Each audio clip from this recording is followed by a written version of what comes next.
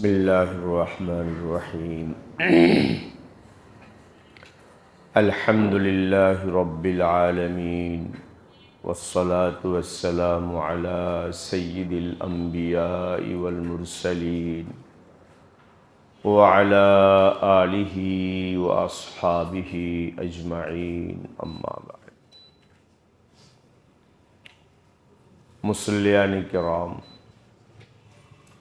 গতকালকে আরজ করছিলাম যাকাত ইসলামের একটি ফরজ বিধান। ইসলামের তৃতীয় রোকন, দ্বীনে ইসলামের প্রথম রোকন ঈমান, দ্বিতীয় রোকন স্তম্ভ খুঁটি ইকামতে সালাত, নামাজ সালাত। তৃতীয় রোকন হলো যাকাত। যাকাত এটা একটা ইবাদত,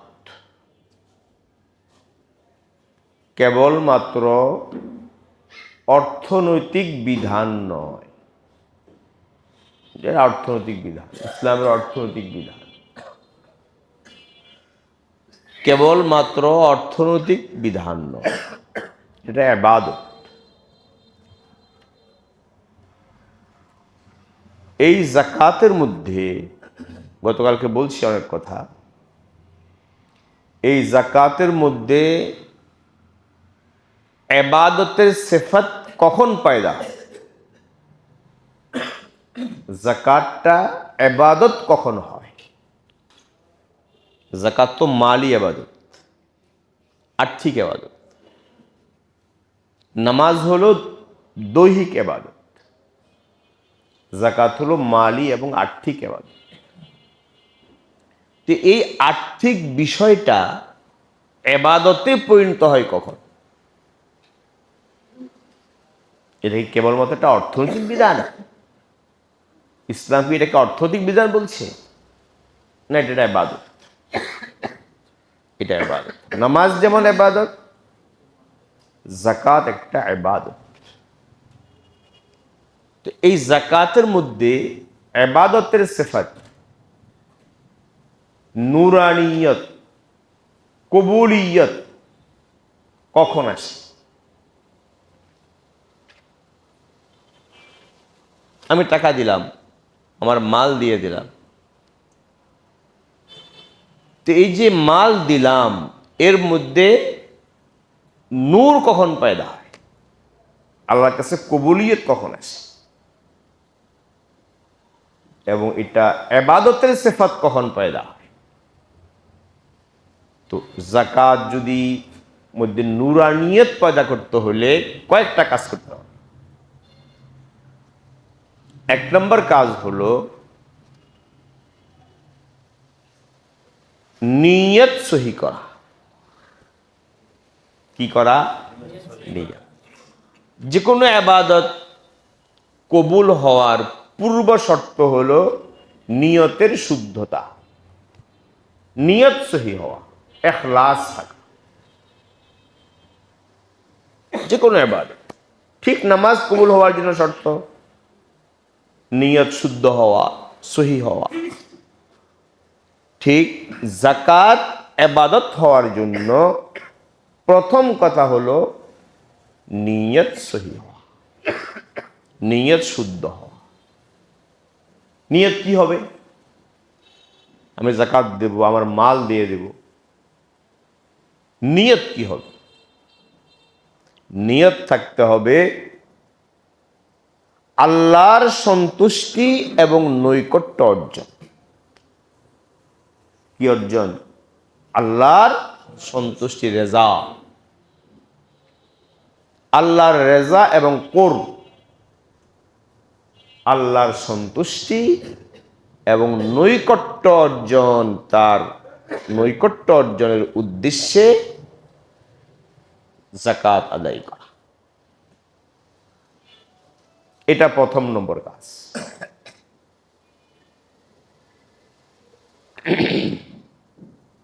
দ্বিতীয় কাজ হলো, দ্বিতীয় যেটা কাজ করতে হবে সেটা হলো সন্তুষ্ট চিত্তে, খুশি মনে যাকাত আদায় করা। এটাকে জরিমানা মনে করা, আর্থিক জরিমানা, খুব কষ্টের সাথে দিলাম, মনে কষ্ট, আমার টাকাটা দিয়ে দিলাম গরিবকে, আরেকজনকে, না, সন্তুষ্ট চিত্তে আল্লাহ হুকুম করছেন। ওই যে গতকালকে বলছিলাম, যাকাতের মূল রূহ প্রাণ হলো ইবাদত। একথা মনে করা যে সম্পদের প্রকৃত মালিক আল্লাহ। বলছিলাম না কালকে, সম্পদের প্রকৃত মালিক কে? স্রষ্টা আল্লাহ সম্পদের, যিনি স্রষ্টা তিনি আসল মালিক। আমাকে মালিকানা দিয়েছেন আল্লাহ তাআলা অনুগ্রহ করে সাময়িক। এই মালিকানা কি? এবং সেটাও, সেই মালিকানাটাও শরীয়তের অধীন। সাময়িক মালিকানা কিসের অধীন? এই মালিকানা অবাধ নয়। কাজে যেহেতু মালিক আল্লাহ তাআলা আমার কাছে কিছুদিনের জন্য আমানত রাখছেন, আমাকে পরীক্ষা করার জন্য। কালকে বলছি না, কাউকে সম্পদ দিয়ে পরীক্ষা করে, কাউকে না দিয়ে কি সম্পদের মালিক যেহেতু আল্লাহ তাআলা, কাজে আমি সম্পদ যাকাত দেব সন্তুষ্ট চিত্তে। আমারটা দিই নাই, আল্লাহরটা আল্লাহকে দিয়েছি। বুঝেন নাই কথাটা? আমি আমার কিছু দিই নাই, কি দিয়েছি? আল্লাহরটা আল্লাহকে দিয়েছি। আমার কি? আল্লাহ আমাকে মেহেরবানি করে দিয়েছেন, আর ভাইকে দেয় নাই, সেটা তো আল্লাহর অনুগ্রহ।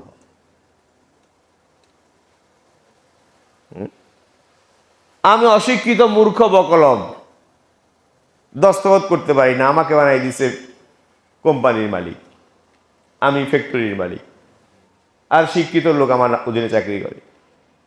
কে করছে এটা? আল্লাহ করছে। মালিক তো আল্লাহ তাআলা। যখন মালিক আল্লাহ তাআলা আমাকে কিছুদিনের জন্য সাময়িক মালিকানা আমাকে দিয়েছে, এটা ঈশ্বর স্বীকার করে, এটা পরীক্ষার জন্য। কাজে আল্লাহর মাল, আল্লাহর জিনিস আমি আল্লাহকে দিয়েছি, সন্তুষ্ট হচ্ছে দেব। এটাকে জরিমানা মনে করা, চাপিয়ে দিয়েছে আমার উপরে, এরকম মনে করা, তাহলে যাকাত কবুলিয়ত হবে না। কি আসবে না? কবুলিয়ত আসবে না, নুরানিয়ত আসবে না, ইবাদতের সিফাত আসবে না।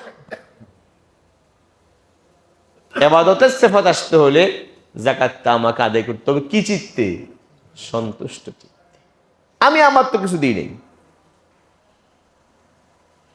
ডক্টর ইকবাল মরহুম একটা শের আছে, আমি প্রায় শুনছি আমাদের ওলামাদের হযরত মাওলানা আব্দুল হালিম রাহমাতুল্লাহির জুবানে বয়ান করতেন তিনি, স্মরণ পড়ল হঠাৎ। সেটা হলো, কবিতাটা হলো ইকবালের, ডক্টর ইকবাল জাতীয় কবি। তো উনি বলছেন, জান দে দি তো দি হুই ওসি কি है, जान दे दी तो दी हुई उसी की है, हक तो ये है कि हक अदा न हुआ। আব্দুল রশিদ রহমতুল্লাহ আওয়াজও সুন্দর ছিল, মানুষও সুন্দর ছিলেন, খুব সুন্দর কণ্ঠে বলতেন সেটা। জান দে দি तो दी हुई उसी की है, हक तो ये है कि हक अदा न हुआ। আচ্ছা, আমি যদি আমার জানটাই দিয়ে দিই, জীবনটাই দিয়ে দিলাম, জিহাদের ময়দানে জীবন দিয়ে দিলাম আল্লাহর রাস্তায়, মনে করেন শহীদ হয়ে গেলাম, তো যদি আমি জান দিয়ে দিই, এই জানটা কি আমার নিজের না আল্লাহ দেওয়া? বরং তো আমাদের জীবনটা এটা কার দেওয়া? তো আমি তো জানটাও দিয়ে দিই, সে জানটা তো আল্লাহর প্রদত্ত, আল্লাহর দেওয়া নাকি? আমার কি দিলাম? এই জন্য ইকবাল মরহুম বলছেন, হক তো ইয়ে হ্যায় কে হক আদা না হুয়া। বাস্তব তো হলো এইটা, আল্লাহর গোলামির কোনো হক আদায় হয়। আমি আমার কি দিলাম? আমি যে অনুগ্রহ ফলাবো, অনুগ্রহ ফলানোর কি আছে? সব তো আল্লাহ। তো যাই হোক, দ্বিতীয় যে কথাটা বললাম, যে যাকাতের মধ্যে নূর পয়দা করা, যাকাত ইবাদত হওয়া, এর জন্য দ্বিতীয় করণীয় হলো সন্তুষ্ট চিত্তে, খুশি মনে, সওয়াবের আশা কি আদায় করা? যাকাত আদায় করা, খুশি খুশি। এটাকে কষ্ট মনে, কষ্ট জরিমানা, যেমন ট্যাক্স, আমরা যেন ট্যাক্স দিই সরকারকে, ট্যাক্স কর শুল্ক আদায় করি, এটাকে আমরা সকলে জরিমানা মনে করি। সরকার চাপাই দিচ্ছে, ধর সরকার কি করছে? চাপাই দিচ্ছে। এই জন্য চরম অসন্তুষ্টির সাথে আদায় করি, তাও ফাঁকি দেওয়ার চেষ্টা করি, যত কম দেওয়া যায় কম দিয়া পারি, এই তো করি। এখন যাকাত কি নাউজুবিল্লাহ এরকম কোন কর ট্যাক্স? আল্লাহ পানা কিছু পাগল ছাগল ইসলামের নামে তারা এগুলো বলে যাকাত হলো ট্যাক্স। যাকাত হলো ট্যাক্স না, নাউজুবিল্লাহ, ইবাদত, ইবাদত। এটা হবে, এটা ট্যাক্স না যে চাপাই দিছে আমার উপরে, কি করুম, দিয়ে দিলাম। তো যাকাতটা আদায় করবো ইনশাআল্লাহ খুশি মনে, প্রফুল্ল চিত্তে, খুশি খুশি। সাহাবায়ে কেরাম যাকাত কিভাবে দিতেন জানেন? একজন সাধারণ সাহাবী, একটু বড় মাপের সাহাবী, জলিল কদর সাহাবী, অনেক মর্যাদাবান সাহাবী, একজন সাধারণ সাহাবী, কেউ চিনে না, বেদুইন, আপনার জঙ্গলে উট চড়ায়, বেদুইন যাযাবর, উট চড়ায়। তো ইসলামে এটা নেশাব আছে, ভিন্ন মাস কথা। ওটের কি আছে? যাকাত আছে। ওট থেকে যাদের ওটের পাল আছে, গরুর পাল আছে, আপনার ভেড়া দুম্বার কি আছে? পাল আছে, বিশেষ একটা নেশাব আছে, এটার ভিন্ন নিয়ম আছে, সেটা তো ভিন্ন জিনিস, ফেকার মাসলা। তো ওখান থেকে কি আদায় করতে হয়? যাকাত দিতে হয়। তো নবীজি সাল্লাল্লাহু আলাইহি ওয়াসাল্লাম যাকাত উসুল করার জন্য মুসাদ্দিক, যাকাত উসুলকারী পাঠাইছে, যে ওর সম্পর্কের কাছে ওট আছে, ওট থেকে যাকাত নিয়ে আস। সে একজন না, অনেকে থাকে। তো একজন সাধারণ সাহাবী, বেদুইন সাহাবী, তার কাছে গেছে ওটের যাকাত আদায়। তো ইসলামের শরীয়তের বিধান হলো, হাদিস শরীফে পরিষ্কার আসছে, তো যখন পশুর যাকাত নিবে, তো সে যাকাতের ক্ষেত্রে পশুটা হবে মধ্যম ধরনের। একেবারে দুর্বল হ্যাংলা আচ্ছা, দুর্বল চলতে পারে না, এরকম পশুও নিবে না যাকাতে। আরেকবার হৃষ্টপুষ্ট দামি, ওটাও যাকাত হিসেবে কি করবে না? উসুল করবে না। নবীজি বলছেন মধ্যম ধরনের, যেটা হ্যাংলাও না, একেবারে বেশি দামি হৃষ্টপুষ্টও না, এরকম একটা কি করবা? আনবা। এটা ইসলামের বিধান। তো ওই সাহাবী গিয়ে যে যাকাত উসুল করবেন, তো ওর পাল থেকে একটা মধ্যম গোছের একটা ওটের বাচ্চা, যেটা হয়, এটা নিয়ম আছে, তো ওটা নিলেন। তো যিনি যাকাত আদায় করবেন সাহাবী, উনি বলতেছেন কি, আপনি যাকাত দিচ্ছেন আমার ইবাদত, তো আল্লাহ ইবাদত, আমার নামাজ যেমন ইবাদত, কিন্তু ইবাদত আমার এই ওটের মধ্যে যেটা সবচেয়ে হৃষ্টপুষ্ট দামি, ওটা নাও, তুমি মধুরটা লাও, ওটা নাও। উনি বলেন না, শরীয়ত তো এটা বলে নাই। আমাকে তো নবীজি বলছেন যে মাঝামাঝি এটা নেওয়ার জন্য, আমি এত তোমারটা আমি নেব না। উনি বলছেন না, আমি আল্লাহকে দেব। জাকাত দেবো কাকে? আল্লাহ। তো আল্লাহকে আমি খাওয়াটা দেবো কেন? আল্লাহকে আমি ভাড়াটা দেবো। আচ্ছা, মসজিদের বাক্সে আমরা টাকা দিই না? এই যে বাক্স চলে না, তো যখন মসজিদের বাক্সে আমরা টাকা দিই, কারে দিই বলেন? কাকে দেন? আল্লাহ। এ কথা খেয়াল থাকে? থাকে না। আল্লাহকে দিই। দেওয়ার সময় যখন পকেটে হাত ঢুকায় দেখি কোন টাকাটা সবচেয়ে ছেঁড়া আর ময়লা, নেবে না কেউ, বা নিলেও যোগাযোগ করে দিতে হবে, তো ওই টাকাটা মসজিদের কিসে দিই? দান বাক্সে দিই। ওরা চালাইবে কষ্ট করে। তো এটা কি বলেন, এটা কি মন খুলে দান করা হলো? আল্লাহকে দেওয়া হলো? আমি যদি আল্লাহকে দিই, তো আল্লাহকে খারাপটা দেবো কেন?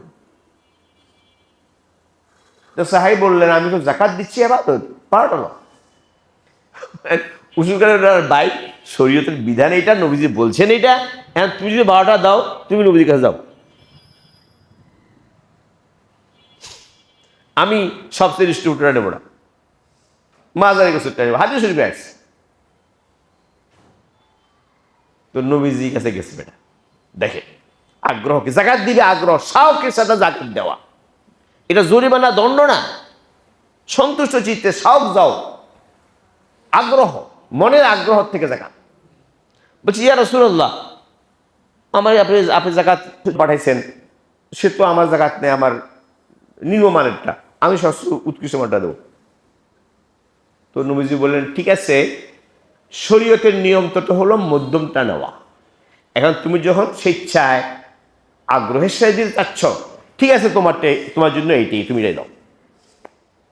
কিন্তু শরীয়তের বিধান, আইন এটা না, এটা আইন না। আইন হলো মধ্যম গোছেরটা নেওয়া।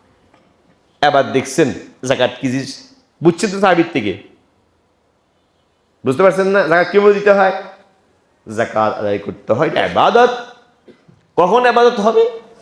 যখন সন্তুষ্ট চিত্তে শওক জওকের সাথে, আগ্রহের সাথে আমি জাকাত দেব, তখন ওই জাকাত ইবাদত হবে। ওই জাকাতের মধ্যে নূর পয়দা হবে, নূরানিয়ত আসবে, কবুলিয়ত আসবে। তো জাকাত ইবাদত হওয়ার জন্য, নূর পয়দা হওয়ার জন্য কয় নম্বর? 1 নম্বর কাজ কি বলছি? নিয়ত সহি করা। কি সহি করা? নিয়ত সহি। 2 নম্বর কাজ হইল সন্তুষ্ট চিত্তে, খুশি মনে, আগ্রহের সাথে, শওকের সাথে জাকাত আদায় করা আমার ইবাদত। জাকাতের মালিক, টাকার মালিক তো আল্লাহ। আমার মাঝখানে দিয়েছে, বাস আমি দিতে সমস্যা কি? ওই যে ও কথাটা খেয়াল রাখবেন, কাকে যেটা বলছি, মালিক না, আসল কার? 2। 3 নম্বর যে কাজটা করতে হবে জাকাতের ক্ষেত্রে, সেটা হলো আল্লাহ। জাকাত আদায় করার পরে যে অবশিষ্ট মাল, হাদিস শরীফে আসছে, জাকাত আদায় করলে অবশিষ্ট মাল পাক সাফ হয়ে যায়। কি হয়? পবিত্র হয়ে যায়। যেটা অবশিষ্ট মাল আমার কাছে আছে, এই মালটা কি হয়? পবিত্র হয়। এই নিয়ত করব যে আমার অবশিষ্ট মাল যেন আল্লাহ পবিত্র করে নেন। কথা কি বুঝতে পারছেন? জাকাত আদায় করলে বাকি মালটা কি হয়? পবিত্র হয়, বরকতময় হয়। এই পবিত্রতা এবং বরকত হাসিলের জন্য নিয়তে কি দিব? জাকাত। কয়টা হইল? 3। 4 নম্বর কাজ করতে হবে, জাকাতের মধ্যে নূরানিয়ত পয়দা করতে হলে, ইবাদতের সিফাত আনতে হলে 4 নম্বর কাজ করতে হবে, যে কালকে আর আগে বলছি, সিফাতে ইহসান বলছিলাম না, নামাজের মধ্যে কি এহসান একটা কথা বলছিলাম, খেয়াল আছে যারা শুনেছেন? মানে সিফাতে ইহসানের সাথে জাকাত দেওয়া। এহসান কাকে বলে বলছিলাম? এহসান হলো অন্তরে এই ধ্যান রাখা, সারাক্ষণ এই ধ্যান অন্তরে রাখা, আল্লাহ আমাকে দেখছে, কে দেখছেন? আল্লাহ আমাকে দেখছেন, এটা তো আমার ঈমান আছে, ঠিক আছে। তো শুধু ঈমান নয়, তার চেয়ে একটু বেশি, আরো আগে কি, আল্লাহ আমাকে দেখছেন, এই কথাটা আমার অন্তরে কি থাকা, সবসময় জাগ্রত থাকা, জাগরুক রাখা ভিতরে, এই ধ্যান থাকা। আমি যেহারে থাকি, আমি ব্যবসা করছি, চাকরি করছি, হাঁটছি, ক্ষেত খামারে যাচ্ছি, গাড়িতে চলছি, কিন্তু ভিতরে ধ্যান আছে আল্লাহ আমাকে দেখছে, আমি আল্লাহর সামনে, আল্লাহ আমাকে দেখছে। এটার নাম সিফাতে ইহসান। এই সিফাতে ইহসানের সাথে যাকাত আদায় করা। আমি যে যাকাত দিচ্ছি, আমার সম্পদের আল্লাহ দেখতেছে, আল্লাহ দেখতেছে তো। কাজে আমি যদি হিসাবের মধ্যে কি করি, যাকাতের হিসাবে যদি আমি ফাঁকিবাজি করি, যদি আল্লাহ দেখছে না, যদি এই কথা ইয়াকিন থাকে, বিশ্বাস থাকে আল্লাহ আমাকে দেখছেন, তাহলে আমি এই যাকাত আদায়ের মধ্যে ফাঁকি দিতে পারবো না। হিসাব করে যাকাত আদায় করতে হবে। এমন না লামসাম দিয়া দিলাম বাস, আর দু একটা জরিমানা কিছু দিয়া দেয়, ট্যাক্স কিছু দিয়া দেয়, কিছু ভাগ ফাঁকি দেয়, কি হবে? যাকাত তো ট্যাক্স নয়, নাউযুবিল্লাহ, ইবাদত। এটা আমার আখিরাত, এটা আমার জান্নাত। কয়টা হইল? এই চারটা জিনিস খেয়াল রেখে যদি আমরা যাকাত আদায় করি, ইনশাআল্লাহ আমাদের যাকাত হবে ইবাদত। কি হবে? এবং যাকাতের মধ্যে নূর পয়দা হবে, এবং এই যাকাতের মধ্যে আল্লাহর পক্ষ থেকে কবুলিয়ত আসবে। এই যাকাত আল্লাহ গ্রহণ করবে। কোরআন কারীমের একটা সূরা বাকারাতে মনে হয় আছে, আল্লাযীনা ইউনফিকুনা আমওয়ালাহুম ফী সাবিলিল্লাহ সুম্মা লা ইউতবিউনা মা আনফাকু মান্নাও ওয়ালা আযা। যারা আল্লাহর রাস্তায় ব্যয় করে, ব্যয়ের পরে, দান করার পরে, যাকাত দেওয়ার পর, সদকাতুল ফিতর দেওয়ার পর, বা কোনো নফল দান খয়রাত করার পর, আল্লাহর রাস্তায় খরচ করার পর, সুম্মা লা ইউতবিউনা মা আনফাকু মান্নাও ওয়ালা আযা। দান করার পরে অনুগ্রহ ফলায় না, খোটা দেয় না, আর আমি তোমার যাকাত দিছি না, তুমি তো যাকাত খোর, তোমার নামে যাকাত দিই, তুমি আমার যাকাত টাকায় চলো আর আমার ঘরে মাতবরি করো। অনুগ্রহ ফলানো, খোটা দেওয়া এবং কষ্ট দেওয়া। আল্লাহ বলছেন, যারা দান করলো অতঃপর খোটা দিল না এবং কষ্ট দিল না। দান করলো, কি দিল না? খোটা দিল না, অনুগ্রহ ফলালো না এবং কষ্ট দিল না। তো অনুগ্রহ ফলানো তো কষ্ট দেওয়া, খোটা দেওয়াই তো কষ্ট দেওয়া, এবং কষ্ট দিল না। এরপরে কি?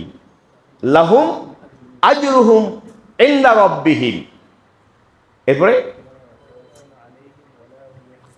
তাদের আল্লাহর কাছে তাদের জন্য রয়েছে অফুরন্ত সওয়াব।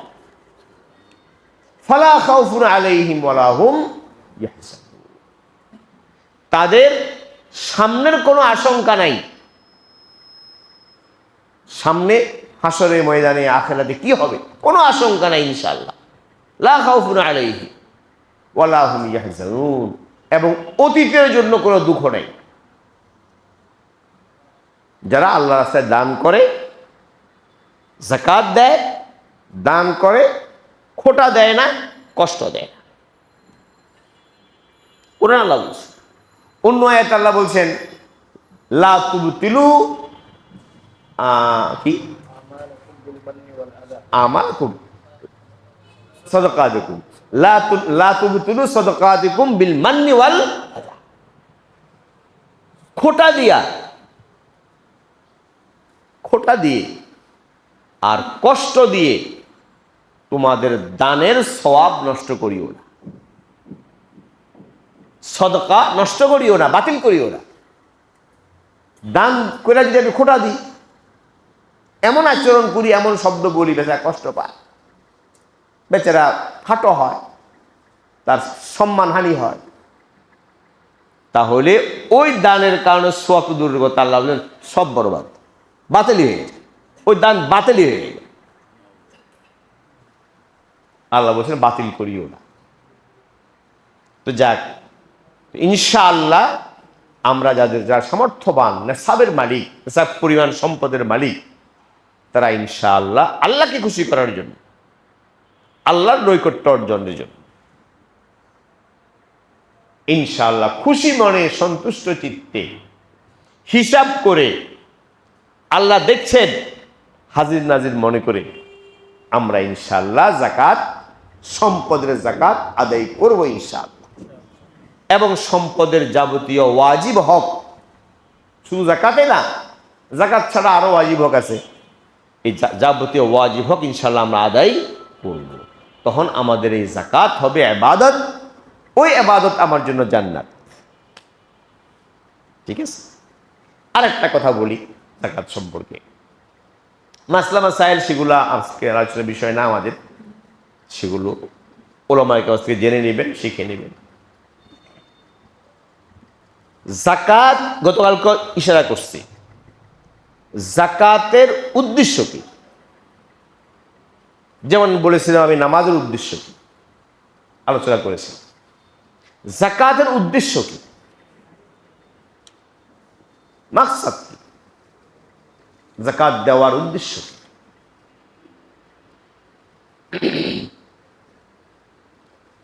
তো মোটামোটা কথাই বলছি, যাকাত দেওয়ার বুনিয়াদি এবং মৌলিক উদ্দেশ্য, যাকাত দেওয়ার মৌলিক এবং বুনিয়াদি উদ্দেশ্য হলো, এক নম্বর যাকাতের উদ্দেশ্য হলো ওই যে বললাম, আল্লাহর সন্তুষ্টি এবং আল্লাহ তাআলার নৈকট্য অর্জন। এটা যাকাতের বুনিয়াদি এবং মৌলিক কি উদ্দেশ্য, আল্লাহর সন্তুষ্টি, আল্লাহর রেজা, মানুষের কাছ থেকে বাবা পাওয়া। যাকাত দিলাম দেখানোর জন্য, একেবারে ঢোল পিটায়া মানুষ জমা করলাম, যাকাত দিবে বড় লোক, এরপরে নিম্নমানের কাপড় কিনে আনলাম, যাকাতের কাপড় লাইনে দাঁড় করাইলাম, সবাই একটা একটা করে কাপড় দিলাম, ধাক্কা ধাক্কি হইলো, মারামারি হইল, কেউ মরিও গেল, সবাই জানলো যাকাত দিছে। তো এটা কি হতে পারে আল্লাহ সন্তুষ্টি বলতেছি না আমি, কিন্তু এটা তো জিনিসটা তো হলো না। সবার কি কাপড়ের দরকার? এই নিম্নমানের কাপড় কেন আমি দেবো? এটা যাকাত দেওয়ার জন্য বানাইছি? যাক, এটা না হওয়া, যাকাত দেব, যাকাত দেওয়ার উদ্দেশ্য, বুনিয়াদি উদ্দেশ্য হলো কি? আল্লাহর সন্তুষ্টি, আল্লাহর নৈকট্য অর্জন। দুই নম্বর উদ্দেশ্য হলো যাকাতের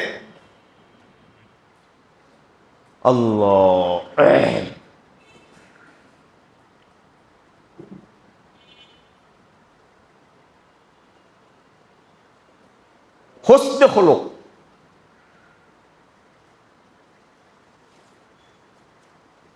নিজের চারিত্রিক উৎকর্ষতা অর্জন করা, আখলাক। যাকাত দেওয়া মানে দয়া, দয়া মায়া, কল্যাণকামিতা, উপকার, অন্যের হিতকামনা। এই যে দয়া মায়া, হিতকামনা, কল্যাণ কামনা, সহযোগিতা, এত সুন্দর আখলাক, উত্তম চরিত্র না এগুলো? উত্তম গুণাবলী না? উন্নত গুণাবলী। এই যাকাতের দ্বিতীয় উদ্দেশ্য হলো এই উন্নত চরিত্র অর্জন করা। কি? উন্নত চরিত্র। উন্নত আখলাক, উন্নত চরিত্র, খোলকে হাসান, উত্তম চরিত্র অর্জন করা, দয়া, মানুষের প্রতি সহযোগিতা, অপর ভাইয়ের মানুষের প্রতি সহমর্মিতা, এই যে গুণ, এই গুণ কি করা,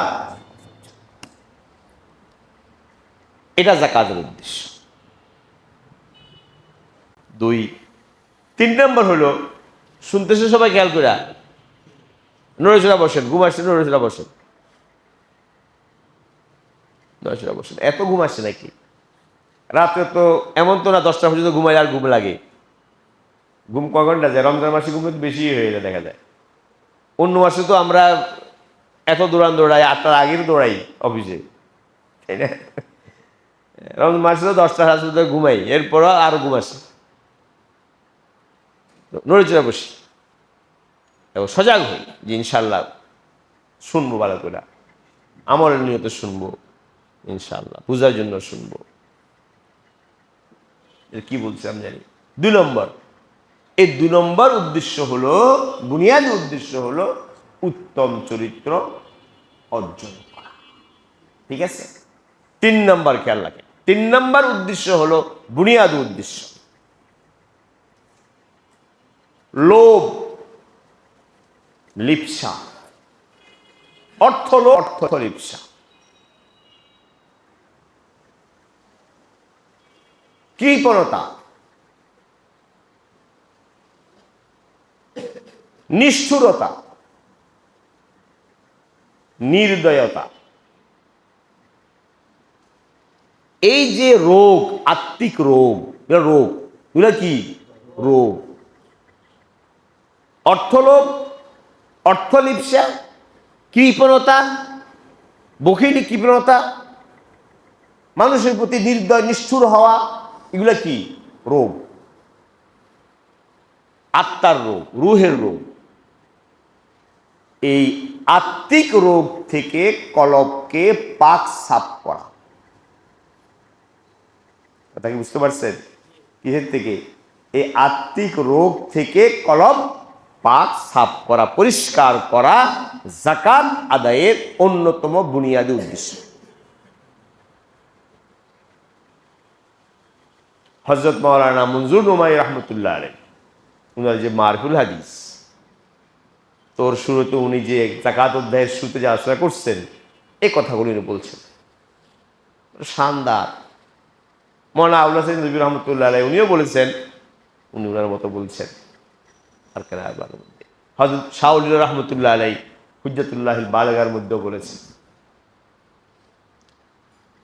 তো এই যে মানে কি বললাম, এই যে রোগ, অন্তরের রোগ, কি রোগ অন্তরের? লোভ, অর্থ লোভ। এত লোভ যে আমি মালিক, আবার কেডা? কেডা আল্লাহর অনুগ্রহ? আমি আমার মেধা কি করছি মালিক হয়েছি, আমার শক্তি দিয়ে আমি মালিক হয়েছি, আল্লাহ আবার কেডা? ইসলাম তো বলে না এ সম্পদ মালিক কে? আমার মালিকানা সাময়িক, আল্লাহ ব্যবহার করার অনুমতি দিয়েছেন। কিন্তু পুঁজিবাদী মানসিকতা কি? পুঁজিবাদী মানসিকতা কি? যেটা কোরআনে আল্লাহ বলছে পুঁজিবাদী মানসিকতা হলো কারুনের উতিতুহু আলা ইলমিন মিন ইনদি, নাকি কোন আয়াত? উতিতুহু আলা ইলমিন, কারুন বলছে, কারুনকে বলছে হযরত মূসা আলাইহিস সালাম যাকাত দাও। সে বলছে কি যাকাত দেব? সম্পদ আমার, আমি আমার বুদ্ধি বিদ্যা, বিদ্যা বুদ্ধি জ্ঞান মেধা এটা দিয়ে মালিক হইছি, আবার আজকে দেবো কেন? এটা হলো পুঁজিবাদী মানসিকতা, বুঝছেন কি না? এটা পুঁজিবাদী মানসিকতা, ধনবাদী মানসিকতা, বস্তুবাদী মানসিকতা আর ভোগবাদী মানসিকতা। ইসলামে পুঁজিবাদী, ভোগবাদী, বস্তুবাদী মানসিকতা নাই। ইসলাম রুহানিয়তমুখী ধর্ম। কথা বুঝতে পারছেন? তো যাকাত আদায়ের 3 নম্বর উদ্দেশ্য কি বললাম? বলেন, আবার বলেন। 3 নম্বর উদ্দেশ্য কি বললাম? অর্থলোভ, অর্থলিপ্সা, কৃপণতা, নির্দয়তা, নিষ্ঠুরতা, এই রোগ থেকে অন্তর পাক সাফ করা। অন্তর কি করা? যাকাত দিলে কি প্রথা দূর হয়? কি দূর হয়? কি প্রথা দূর হয়? অর্থের লোভ কমে, মোহ কমে, মানুষের প্রতি দয়া মায়া আসে, নিষ্ঠুরতা নির্দয়তা এগুলো কমে। এই যাকাতের অন্যতম উদ্দেশ্য এটা। কটা উদ্দেশ্য হইল? তিনটা। কটা কইলাম? তিনটা। যাকাতের তিনটা বুনিয়াদি উদ্দেশ্য, প্রধান উদ্দেশ্য। আর একটা উদ্দেশ্য আছে, সে উদ্দেশ্যটা হলো কোরআনেও আছে কথা। সে উদ্দেশ্যটা হলো আল্লাহু আকবার, যে গরিব দুস্থ মানুষকে আমি যাকাত দিলাম, ওই ব্যক্তির দোয়া লাভ করা। কি লাভ করা? দোয়া। তার দোয়া পাওয়া অন্তর থেকে। আপনি আমাকে যাকাত দিলেন, তো আমি আপনার দোয়া করবো না? আমার প্রয়োজন পুরা করলো, ভিতরটা খুশি হলো, এ আপনার জন্য দোয়া। এ যাকাত দেওয়ার একটা অন্যতম উদ্দেশ্য হলো যে যাকাত গ্রহণকারী ব্যক্তির দোয়া হাসিল করা এবং তার ভালোবাসা মুহাব্বত অর্জন করা।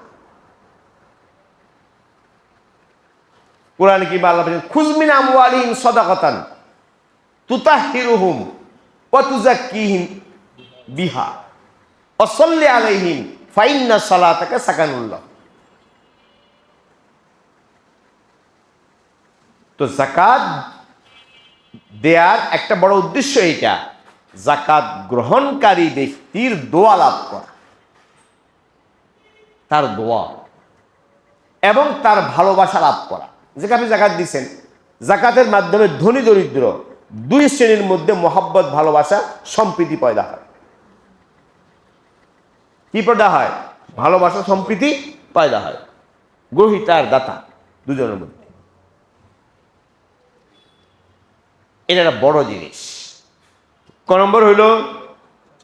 চারটা উদ্দেশ্য যাকাতের। পঞ্চম উদ্দেশ্য, যাকাত আদায়ের পঞ্চম উদ্দেশ্য হলো যাকাত আদায় করলে অবশিষ্ট মাল পবিত্র হয় এবং বরকতময়। এটা হাদিস শরীফে আসছে, কোরআন শরীফে আসছে। অবশিষ্ট মাল কি হয়? পবিত্র হয় এবং বরকতময় হয়। খেয়াল থাকবে, কটা বললাম? যাকাতের মৌলিক এবং বুনিয়াদি উদ্দেশ্য পাঁচটা। বলেন। এক নম্বর, আল্লাহর সন্তুষ্টি এবং আল্লাহ তাআলার নৈকট্য অর্জনের উদ্দেশ্যে যাকাত দেওয়া। ঠিক আছে? দুই নম্বর কি বললাম?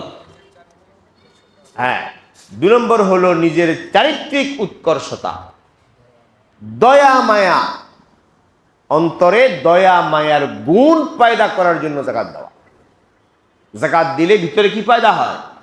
দয়া মায়া, সহমর্মিতার গুণ পয়দা, হোসনে হলো উত্তম চরিত্র, এই চারিত্রিক উৎকর্ষ। তিন নম্বর বলছি, অর্থলোভ, অর্থলিপ্সা, কৃপণতা, নির্দয়তা, নিষ্ঠুরতা, এই যে আত্মিক রোগ, এই রোগগুলো থেকে অন্তর পাক সাফ করা। অন্তর কি করা? সাফ করা, পরিষ্কার করা। এটা যাকাতের অন্যতম উদ্দেশ্য।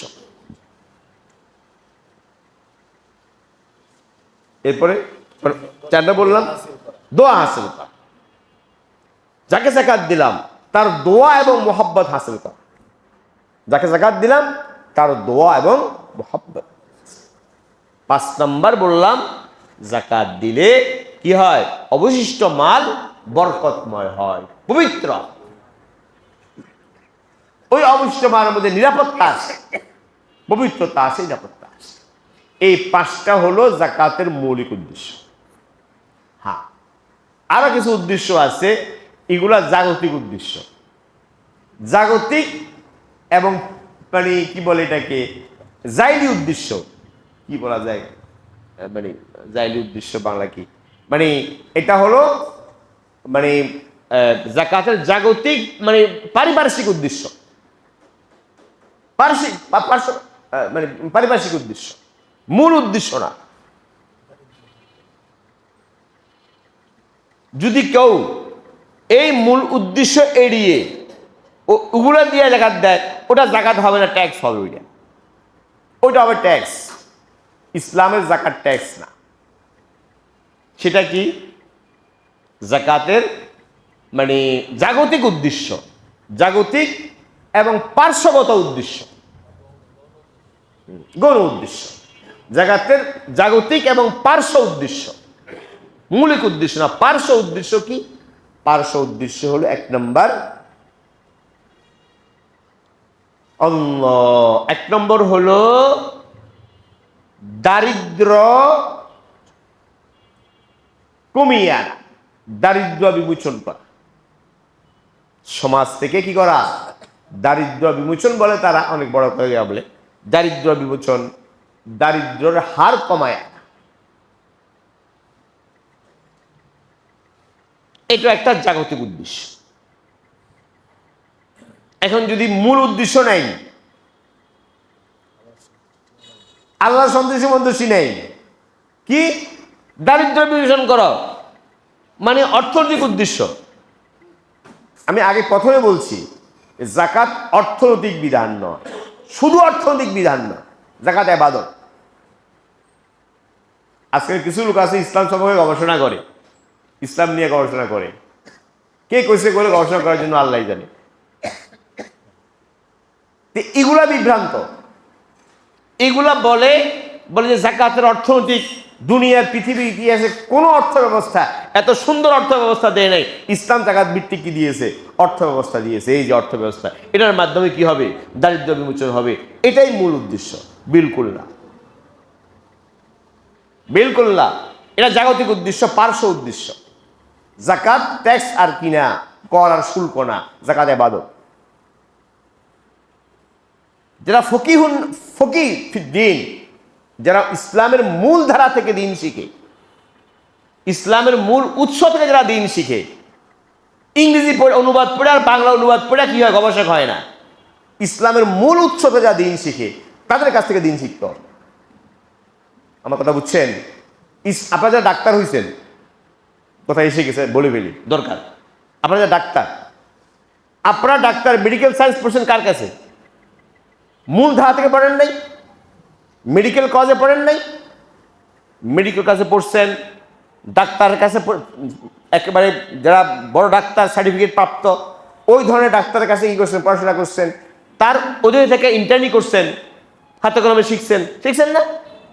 তাহলে কি আপনি মেডিকেল সায়েন্স, আপনার চিকিৎসা বিদ্যা আপনি শিখেছেন মূল ধারা থেকে, মূল প্রতিষ্ঠান থেকে, মূল ব্যক্তি থেকে, তাই তো? আপনি কি হয়েছেন? ডাক্তার হয়েছেন। এখন যদি আমি মেডিকেল কলেজে ভর্তি হলাম না, ডাক্তারের কাছে পড়লাম না, বই একটা আছে ইংরেজি, আমি ইংরেজি পারি, বলে আমি ইংরেজি পারি না, পারো, বলে বই দাও, বস বই পড়ে আমি কি করলাম? ডাক্তার হয়ে গেলাম। এখন আমি নিদান দেখে ডাক্তার, আমি কি দিয়া শুরু করলাম? প্রেসক্রিপশন করা শুরু করলাম। রুগী বাঁচবে না মরবে? এখানে বুঝুন, ওখানে বুঝুন না কেন? কে কইছে আপনার এই ইসলাম নিয়ে গবেষণা করতে? আপনি হেদায়েত নেন, আপনি কোরআন পড়বেন হেদায়েত লাভের জন্য, গবেষণা করার জন্য না। যার ইসলাম সম্পর্কে বুৎপত্তি নেই, ইসলামের একাডেমিক শিক্ষা যার নাই, প্রাতিষ্ঠানিক শিক্ষা যার নাই, ইসলামের মূল ধারা থেকে, মূল উৎস থেকে যারা দিন শিখে নাই, তাদের ইসলাম নিয়ে গবেষণা করার কোনো অধিকার নেই।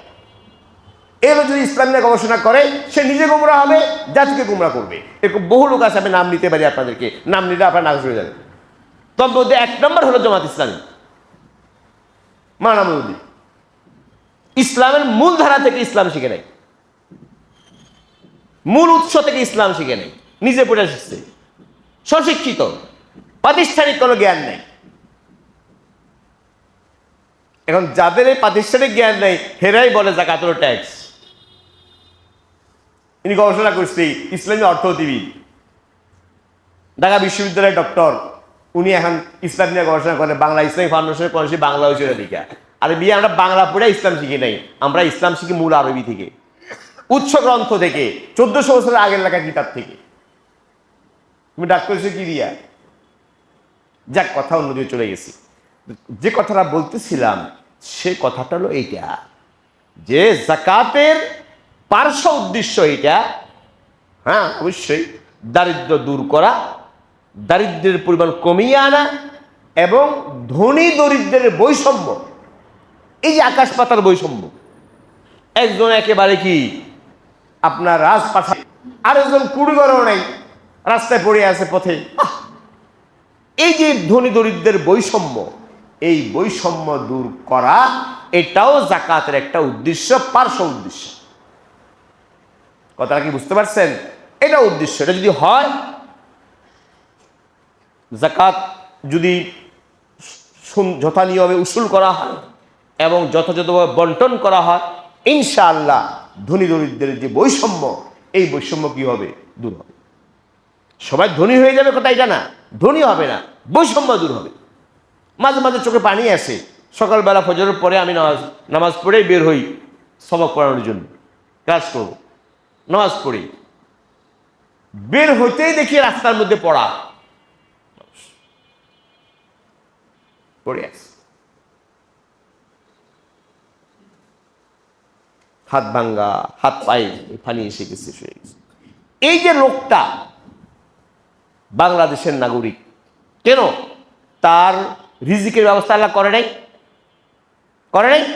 আল্লাহ তো বলছেন মামিন দাব্বাতিন ফিল আরদি ইল্লা আল্লাহু রিজকুহা, সব প্রাণীর রিজিকের দায়িত্ব কার? আল্লাহ। তো আল্লাহ করে নাই এটা? আল্লাহ তাআলা এই দেশে 18 কোটি মানুষ, কয় কোটি না 16 কোটি বোঝা যায়, এটা নিয়েও তো বিভিন্ন মত, যে কয়টি মানুষ এদেশে আছে সবার রিজিকের ব্যবস্থা আল্লাহ করছে, করে রাখছে এখানে। তারা পাই না কেন? ওই যে ক্ষমতায় যারা আছে চোর, ওই চোরেরা ওই গরিবের পোশাকি করে মারে, যার কারণে আমার কারণে আমি তাকে বঞ্চিত করছি, গরিবকে যে রাস্তায় পড়ে আছে, আমি দায়ী। আমি আল্লাহ তাআলা এই দেশে 16 কোটি মানুষের রিজিকের ব্যবস্থা রাখছে, আছে, কিন্তু আমি ক্ষমতাসীন, আমি এখানে কি করছি? গরিবের ইডি নেই, হক দিলে। কেন তোমার ফুটান কি? তোমার জন্য, তোমার অফিসের জন্য এই বাংলাদেশের গরিব দেশে কেন এক মাসে 2 কোটি টাকা বরাদ্দ করতে হবে? কেন কেন করতে হবে? তুমি কে? কার পয়সায় ফুটান কি দেখাও? যদি ইসলামী শরিয়া থাকতো, খেলাফত থাকতো, এটা হতো না। যদি ঈমান থাকতো, এটা হতো না। ঈমান থাকলে আমার দেশ গরিব, কোনো সমস্যা নেই, আমার ডিজেল দরকার নাই, তেল দরকার নাই, গাড়িও দরকার নাই, পায়ে হেঁটে অফিস করব,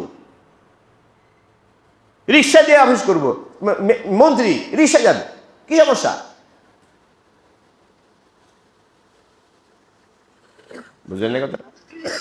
একটা কথা খেয়াল রাখবে, কথা এসে গেছে, ইসলামী রাষ্ট্র ব্যবস্থার বুনিয়াদ 2টা জিনিসের উপর। কয়টা জিনিস? 2টা জিনিস। বলেন কয়টা জিনিস? ইসলামী রাষ্ট্র বলতেছি, ইসলামী রাষ্ট্র, ইসলামী রাষ্ট্র চান। ইসলামী রাষ্ট্র ব্যবস্থার বুনিয়াদ 2টো সিফাতের উপরে। 1 নম্বর তাকওয়া। কি? তাকওয়া, খোদাভীতি, আল্লাহর সামনে জবাবদিহিতা। 2 নম্বর ত্যাগ। কি? ত্যাগ। ত্যাগের মানসিকতা রাখবে। ত্যাগের মানসিকতা না রাখলে ইসলামী রাষ্ট্র কায়েম করতে পারবে না।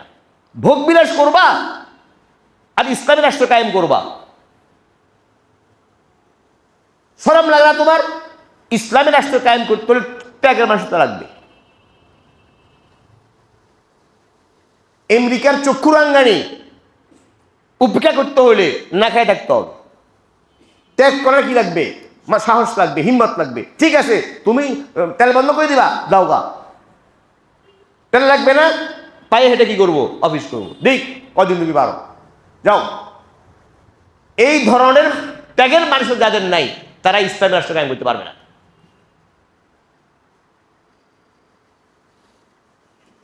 সরকারি সুযোগ সুবিধা নিবা আর ইসলামী রাষ্ট্র কায়েম করবা। ইসলামী সমাজ কায়েম করতে হলে তাকওয়া লাগবে, ত্যাগ লাগবে, প্রত্যেক নেতার লাগবে, প্রত্যেক কর্মীর লাগবে, জনগণের লাগবে।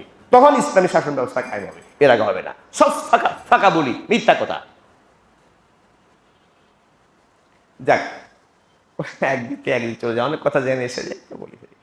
তো এটা বলছিলাম যে জাকাতের এটা উদ্দেশ্য বৈষম্য দূর করা, এটা জাকাতের উদ্দেশ্য। আল্লাহ তাআলা, আমাকে অনেক লম্বা হলো, আল্লাহ তাআলা আমাদের সকলকে জাকাতের লক্ষ্য উদ্দেশ্য সামনে রেখে সম্পদের জাকাত হিসাব করে আদায় করার তৌফিক দান করুন, ইবাদতের নিয়তে, আল্লাহর সন্তুষ্টির জন্য, আমার আখিরাত খুশি মনে স্বপ্রণোদিত হয়ে জাকাত দেব। এখন নতুন করে কত ফিতনা শুরু হয় বুঝেন না। এক সময় যে যখন ক্ষমতা আসে সে কি করতে চায়? জাকাত চায়, অন্য কিছু চায় না। কি চায়? সরকারিভাবে কি করবে? জাকাত ফান্ড করবে, জাকাত দিতে হবে।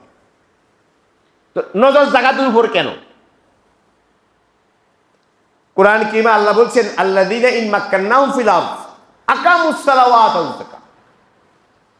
যদি আমি তাদেরকে পৃথিবীতে রাষ্ট্র ক্ষমতা দান করি, তো প্রথম কাজ নামাজ কায়েম করবে। রাষ্ট্র কি কায়েম করবে? নামাজ। দ্বিতীয় কাজ জাকাত আদায় করবে, জাকাত উসুল করবে, জাকাত আদায় করবে, সুষম বন্টন করবে। তো ইসলামী রাষ্ট্রের প্রথম কাজ কি? নামাজ কায়েম করা। এখন নামাজ কায়েম করার কথা বলে না, প্রথমে এসে বলে কি? এই জাকাত কি করেন? জাকাত বোর্ড করেন, আমরা জাকাত উসুল করবো, জাকাত সুষম বন্টন করলো, জাকাতের এই ফায়দা একেবারে দারিদ্র কি হয়ে যাবে? বিমোচন হয়ে যাবে। আগের সরকারগুলো করছে, বর্তমানে আমাদের নতুন সরকারের হালে আসলে কদিন আগে ওই সরকার প্রাধান্য কি খুব তোড়জোড় শুরু করছে। কি করবে? জাকাত নেবে, সরকারি ফান্ডে কি দিবে? জাকাত দিবে। ভালো কথা, জাকাত নেবেন, আগে ইসলামী রাষ্ট্র ঘোষণা করেন। জাকাত নিবে কে? জাকাত দিবে কে? নিবে কে? দেখেন কথা লম্বা হয়ে গেল, বলবো। দুই ধরনের মাল আছে, একটা কি শরীয়তের পরিবার শুরু বলে আমওয়ালে জাহেরা, আর একটাকে বলে আমওয়ালে বাতেনা। একটা হলো প্রকাশ্য মাল, সবাই দেখে, গরু ছাগল পশু, এগুলা প্রকাশ্য মাল। ইসলাম নবী সাল্লাল্লাহু আলাইহি ওয়াসাল্লাম এবং খেলাফতের রাশেদায় এই প্রকাশ্য মাল সরকার উসুল করত। প্রকাশ্য মালের জাকাত, কথাটা বুঝছেন? প্রকাশ্য মালের জাকাত কে উসুল করত? সরকার উসুল করত, উসুল করে আনতো, জাকাত ফান্ডে থাকতো। সরকার ইসলামী শরিয়া অনুযায়ী সে জাকাত কি করতো? বন্টন করত। নবীজিও করছেন, খেলাফতের রাশেদায় হয়েছে, ইসলামী খেলাফতের অন্য সময় হয়েছে। আরেকটা আছে আমওয়ালে বাতেনা, ফিকহ পরিভাষায় বলে, অর্থাৎ কি বলে এটাকে? অপ্রকাশ্য বা অপ্রদর্শিত কি অর্থ, যেটা মানুষের কাউকে দেখায় না, গোপন রাখে। টাকা পয়সা, সোনা দানা, এটা মানুষ কাউকে কি করে না? দেখাইতে, তাই না? এখানে মানে যে মালের আপনার মানে তদন্ত করতে গেলে আমার কি নষ্ট হয়, কি বলে কি প্রাইভেসি, হ্যাঁ প্রাইভেসি কি বলে, ব্যক্তিগত প্রাইভেসি কি হয়? নষ্ট হয়। এই মালকে বলে কি? আমওয়ালে বাতেনা। ইসলামী শরিয়ার বিধান হলো আমওয়ালে বাতেনা, যেটা যদি কেউ বাহিরের কেউ আসে, যদি এটা তদন্ত করে, খোঁজ খবর দিতে যায়, তো আমার সিন্ধুক খাটতে হবে, আমার আলমারি কি করতে হবে? খুঁজতে হবে। এটা আমি দেবো সরকারি লোককে, এটা আমার প্রাইভেসি নষ্ট হবে। এই আমওয়ালে বাতেনা যেটা অপ্রদর্শিত মাল, ওই মালের জাকাত মালিক নিজে দিবে, সরকার নেবে না। এটা হলো ইসলামের বিধান। আমার কথা বুঝছেন না আপনি? বাকি বর্তমান ব্যাংকে যে টাকা, এটা আমওয়ালে জাহেরা বাতেনা, এটা আরেক জিনিস, সেটা আমি আজকে গেলাম না। ব্যাংকে তখন সবাই টাকা রাখে, এটা কি জাহেরা না বাতেনা? এটা হলো আধুনিক মাসলা, সেটা তার জায়গায় আরেক কথায় বলে আমার উদ্দেশ্য না। এটা ইসলামের বিধান। ভালো, তা আপনি ইসলামে আপনি জাকাত দিবেন, তো জাকাত নিলে আপনি আগে ঘোষণা করেন ইসলামী রাষ্ট্র, আপনি বলেন এটা যে ইসলামী প্রজাতন্ত্র বাংলাদেশ ঘোষণা করেন, এবং প্রথম বলেন সবাই নামাজ পড়তে হবে। বুঝলেন না কথাটা? আল্লাহ বলছে রাষ্ট্র ক্ষমতা দিলে প্রথম কি করবে? নামাজ কায়েম করবে। আগে বলেন সবাই নামাজ পড়বা, আইন করে দেন, নামাজে আজান হবে, দোকান বন্ধ হয়ে যাবে, অফিস বন্ধ হয়ে যাবে, আগে এটা আইন করেন, এরপর আপনি জাকাত নিয়ে। কোনটা খবর নেই, প্রথমে কোনটা? জাকাত দেন। এখন কথাটা হলো, আচ্ছা তারপরও দিতে আমরা প্রস্তুত, আমরা বলবো না যে আপনি জাকাত দিয়েন না, নিয়েন না, এটা আমরা বলতেছি না, ঠিক আছে, ভালো কথা। আপনি সৎ কাজ করবেন, জাকাত নেবেন জনগণের কাছ থেকে, জাকাত নিয়ে এটার বন্টন করবেন, শরিয়ার যে খাত সেই হিসাবে জাকাত আপনি আদায় করবেন, করেন, আলহামদুলিল্লাহ। কিন্তু এটা যেন শিয়ালের কাছে মরক পালা কি না দেওয়া হয়, বর্গা না দেওয়া হয়। আমার কথা বুঝছেন কি? শিয়ালের কাছে কি দেওয়া? মুরগি বর্গা দেওয়া। বুঝেননি কথাটা? এই বাংলাদেশ পুরোটা হলো দুর্নীতি কি ঠাসা। কিভাবে সরকারের সম্পদ মেরে খাবে এটা সবাই মিলা চেষ্টা করে। প্রাইম মিনিস্টার থেকে নিয়ে দাওয়ান পর্যন্ত হলো কি ঘুষখোর আর সুদখোর আর দুর্নীতিবাজ। ইল্লা মাশাআল্লাহ ব্যতিক্রম কিছু আছে, আল্লাহর মানুষ, ভালো মানুষ কিছু আছে। কিন্তু সেই ভালো মানুষ তো কোনটা চা? সে দেশে জাকাতের অর্থ হাজার হাজার কোটি টাকা এই দুর্নীতিবাজের হাতে তুলে দেব? আপনি গ্যারান্টি আগে আমাকে দেন এই জাকাতের অর্থ দিয়ে দুর্নীতি হবে না, বলেন, গ্যারান্টি দেন। আমার কথা বুঝছেন? আপনার কাছ থেকে গ্যারান্টি চাই, প্রধানমন্ত্রীর কাছ থেকে। আপনি গ্যারান্টি দেন যে আপনার সব কর্মচারী এরা সব সৎ, গ্যারান্টি দেন, দুর্নীতি হবে না, গ্যারান্টি দেন। জাকাতের মতো আবাদত, সে আবাদত আমি শিয়াল হাতে দিয়ে দেব? আপনি তো শিয়াল, আগে মানুষ হন, আগে মানুষ হন, তারপর আপনারা আমরা টাকা দেব। কথা কি বুঝছেন? এটা কোনো সরকার ফরকার না। জাকাত নিজে দিবেন, দায়িত্বশীলতা সাথে দিবেন। যেখানে দিলে গরিব মানুষ, আপনার আত্মীয় স্বজন আছে, আত্মীয় স্বজনকে দিলে ডবল সওয়াব। আত্মীয় স্বজন বলতে এটা বুঝতে হবে, উসুল ফুরুষের ইস্তেলা আছে একটা পরিভাষা, মানে আপনার উপরের সিঁড়ি নিচের সিঁড়ি, এদেরকে টাকা দিতে পারবেন না। আপনার উপর সিঁড়ি আপনার পিতা, আপনার মাতা, আপনার দাদা, আপনার দাদি, আপনার নানা নানি, এরা কি সিঁড়ি? উপরের সিঁড়ি। আর একটা নিচের সিঁড়ি, এটা কোনটা? আপনার ছেলে মেয়ে নাতি পোতা আছে না, এগুলা এদেরকে কি করতে পারে? টাকা দিতে কি পারবেন না। স্বামী স্ত্রী একে অপরকে দিতে পারবে না, টাকা দিতে কি পারবে না। এই ছাড়া আপনার চাচতো ভাই, জানাতো ভাই, ফুফাতো ভাই, খালাতো ভাই আছে না, এমনকি আপনার জামাই, মেয়ে জামাই, সে আপনার উসুল ফুরু না, এদেরকে যদি আপনি জাকাত দেন, যদি তারা জাকাতের হকদার হয়, গরিব হয়, হকদার হয়, তো 2 সওয়াব। কয় সওয়াব? 2 সওয়াব। একটা জাকাত আদায়ের সওয়াব, আর একটা হলো আত্মীয়তার সম্পর্ক বজায় রাখার সওয়াব। ব্যাস, আপনার আত্মীয়তা নিজে দায়িত্ব নিয়ে হিসাব করে জাকাত দেন। কোনো সরকার ফরকার না, এগুলো হলো সব শিয়াল, সব খাই ফেলবে। পরে দেখা যাবে কিচ্ছু নেই। আগে শিয়াল্লা মানুষ হন, তারপর জাকাত দেবো, এরপর জাকাত চাবে। বলে আমি তো সুন্দর সুন্দর কথা বলি। আরে সুন্দর কথা তো সবাই বলে, সুন্দর কথা সবাই বলে, সুন্দর হয়ে যান, তারপর দেখা যাবে। বুঝতে পারছেন? আর হলো দিনদার পরেজগার মানুষ, দিন এলম শিখে, কোরআন সুন্নাহ শিখে, কিন্তু গরিব, টাকা পয়সা নেই, খাওয়ার ব্যবস্থা নেই, কিতাবের ব্যবস্থা নেই, এরকম গরিব এতিম যারা আছে, দিন এলেম চর্চা করে, বিভিন্ন কাল মাদ্রাসা আছে, এই মাদ্রাসাগুলোতে দুটা ফান্ড থাকে। কয়টা ফান্ড? দুটা। ভুল বুঝবেন না, দুটা ফান্ড থাকে, সম্পূর্ণ আলাদা। একটা হলো জেনারেল ফান্ড, আর একটা হলো গোরাবা ফান্ড, লিল্লা ফান্ড বা গোরাবা ফান্ড। মাদ্রাসার তামির, বিল্ডিং, অবকাঠামো, স্থাপনা সব তৈরি হয় জেনারেল ফান্ডের টাকায়। এবং শিক্ষক বেতন কিসের থেকে আসে? জেনারেল ফান্ড থেকে, যেটা অনুদান। আর একটা হলো লিল্লা ফান্ড, গোরাবা ফান্ড, যেখানে জাকাত নেয়, সদকা নেয়, কোরবানির চামড়া নেয়। ওই টাকাটা দায়িত্বশীলতার সাথে শরীয়ত অনুযায়ী, শরীয়তের বিধান অনুযায়ী ওই গরিব এতিম যারা জাকাতের হকদার, ওদের জন্য ব্যয় করা। আমার কথা কি বুঝছেন? যে মাদ্রাসায় করা হয়, খোঁজ দিবেন কোনখানে দুইটা ফান্ড আছে, খোঁজ দিবেন, দেখবেন যেখানে লিল্লা ফান্ড আছে ওই ফান্ডে জাকাত দিবেন। মাদ্রাসা।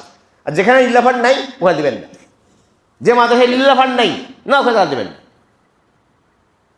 ওই ফান্ড থেকে তারা বাচ্চাদের পড়াশোনা, খাওয়া দাওয়া বা পোশাক আশাকও দিতে পারে, চিকিৎসা দেবে।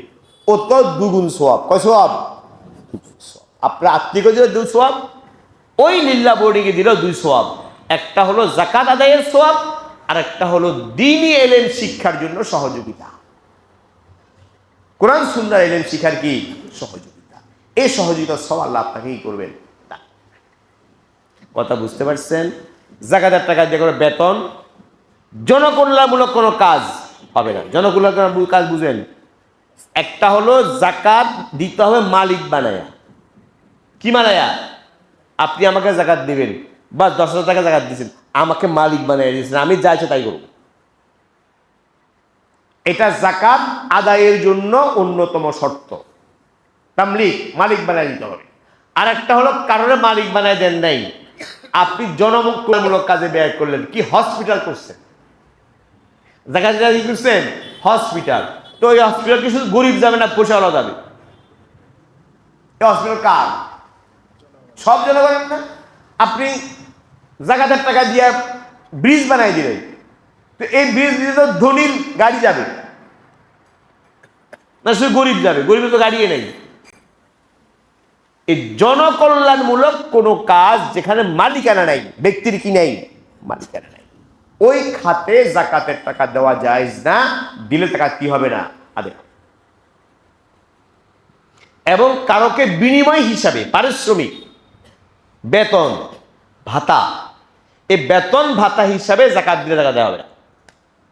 যাকাত তো আপনার ইবাদত আপনি আদায় করবেন, তাহলে বেতন দিবেন কেন? বেতন সে কাজ করছে, তার বেতন ভিন্ন। আপনার কাজের মেয়ে, কাজের বুয়া, গরিব মানুষ, তাকে আপনি বেতন দেন, ঠিক আছে, কিন্তু আপনার যাকাতের টাকা তাহলে কি হিসেবে দিলেন? বেতন হিসেবে দিবেন, আমার যাকাত আদায় হবে না।